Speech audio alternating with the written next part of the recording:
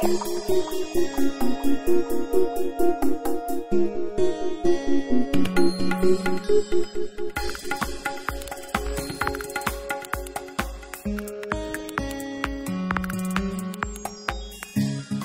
herbes folles s'immiscent dans le moindre interstice. Quelle méthode de désherbage utiliser pour les éliminer? Les techniques de désherbage thermique fonctionnent grâce au choc de température qui fait éclater les cellules de la plante. Utilisez les eaux de cuisson, pommes de terre, riz, pâtes ou légumes pour désherber les petites surfaces. Réservez le désherbeur à gaz aux grandes surfaces de préférence imperméables type pavé, béton, bitume, etc.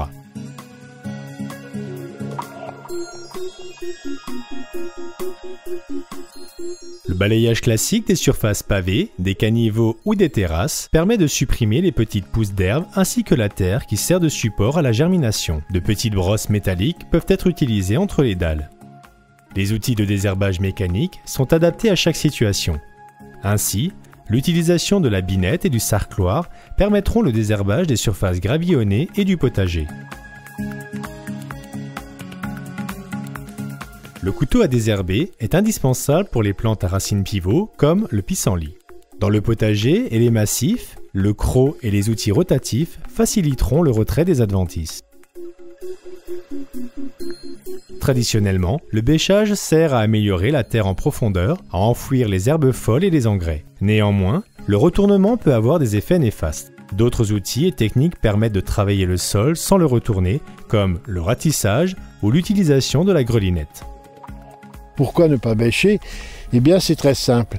En 0 et 15 cm, vous avez une faune microbiologique qui, elle, a besoin de l'air pour survivre. Entre 15 et 35 cm, vous avez une autre faune qui meurt au contact de l'air. Quand on dit bêcher, on dit aussi retourner la terre.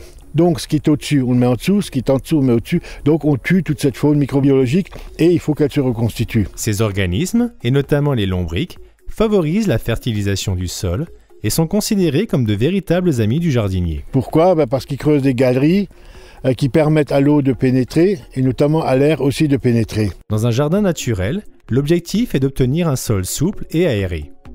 Par ailleurs, ce type de travail facilitera l'arrachage des plantes comme le liseron, le chien-dent, le chardon ou la renoncule. Le paillage est également une solution alternative au désherbage chimique. En couvrant vos massifs et votre potager, vous empêcherez la germination des plantes spontanées. La meilleure des alternatives au désherbage chimique reste la tolérance des herbes folles. Les pelouses ne doivent pas être tondues trop courtes, une hauteur de 6 cm suffit à diminuer la présence de pissenlits et autres herbes indésirables. En outre, une pelouse fleurie favorise la biodiversité. Il nous faut changer de regard en acceptant le verdissement et en tolérant, voire en installant des plantes.